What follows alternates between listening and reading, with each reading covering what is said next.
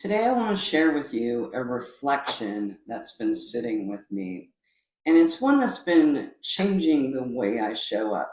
Hi, my name is Michelle. Welcome to the Freedom Habit, where we break the patterns that keep pulling you back and build a life that you don't want to escape from.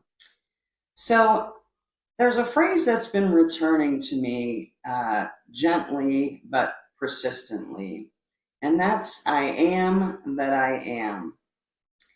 And what's so meaningful to me about this is that it was spoken by, not by someone trying to improve themselves, but it was God speaking. This is from God. I am that I am. And when God says that, it isn't just a poetic phrase, it's a declaration of power. It's God saying, I am the source, I am self existing, I am not dependent on circumstances, time, or conditions. The first I am is God speaking of himself, the eternal creator, the unchanging presence, the one from whom everything flows. And when God speaks, creation responds. But God doesn't want to remain distant. His spirit dwells within us, and we are made in his image, which means the power of I am does not stop with him. It continues through us. The second I am is not ego. It's not self-importance. It's God expressing himself through us. The phrase isn't saying I'm above everyone else. It's saying I'm no longer disconnected from the source that lives within me. And because of that, I'm never disconnected from wisdom, strength, or love, even when I feel unsure. So I kind of picture it like God is saying, I am, therefore I am. It's him, and he's living inside of us. So he is what we are. From the very beginning, God created by speaking. He said, let there be, and what he spoke became. That same creative nature, it flows from him, and he chose to place it inside of us.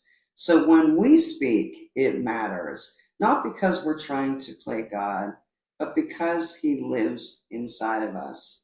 So how does this connect to creating our lives?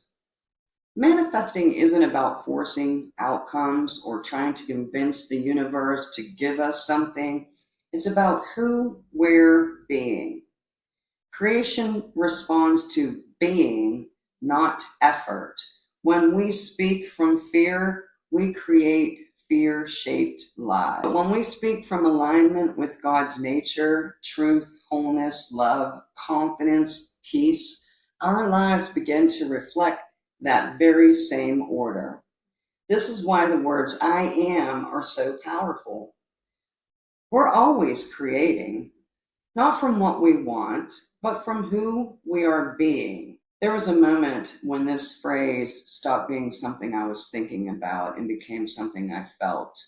I wasn't looking for it. I felt like I needed to have a breakthrough, but I wasn't really looking for this to click with me, the way it did. I was just sitting quietly with the words, I am that I am, and then it clicked. This phrase wasn't about becoming more, it was about remembering what was already true.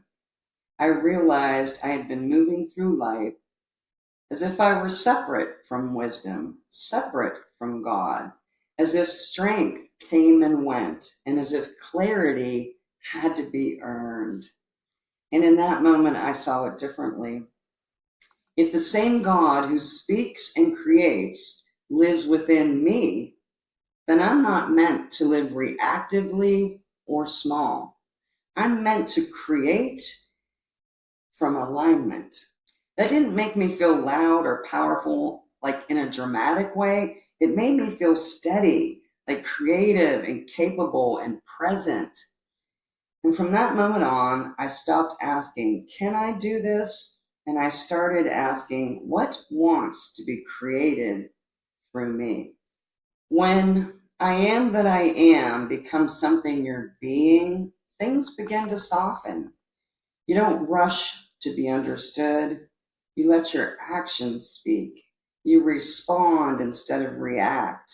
And you allow others to just have their interpretations. You no longer feel the need to explain yourself all of the time. Not long after that shift, I noticed how it began to show up in real moments. There was a situation where someone was uncomfortable with a boundary I set. Nothing confrontational, just that familiar tension in the air. Before, I would have explained myself, softened it, adjusted my words to keep everything smooth. But this time I didn't. I stayed present, kind but steady. I didn't withdraw, I didn't overgive, and I didn't try to manage how it landed. And what stood out to me wasn't their reaction, it was mine, my own reaction. There was no tightening, no second guessing, just a quiet sense of this is aligned. And later I realized that that moment wasn't about a boundary at all. It was I am that I am lived out. Not force, no control, just creation through alignment.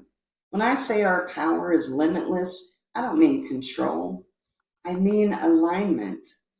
When God lives in us, we're never disconnected from wisdom, strength, love, and we never need to feel unsure. And limitless doesn't mean loud, it just means steady.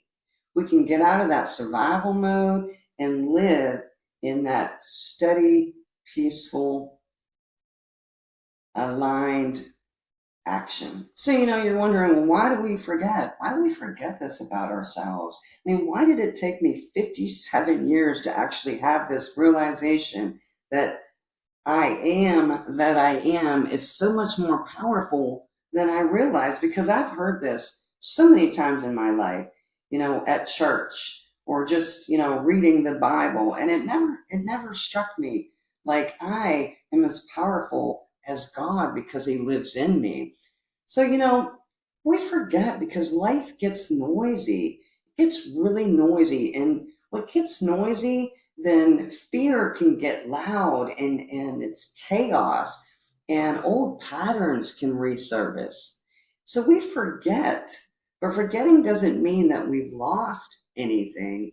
It simply means that we're being invited to remember again. So let this land slowly.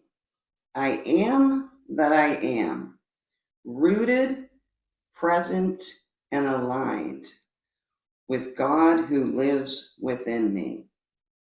Keep choosing freedom. I'm believing the best for you. Have a great day.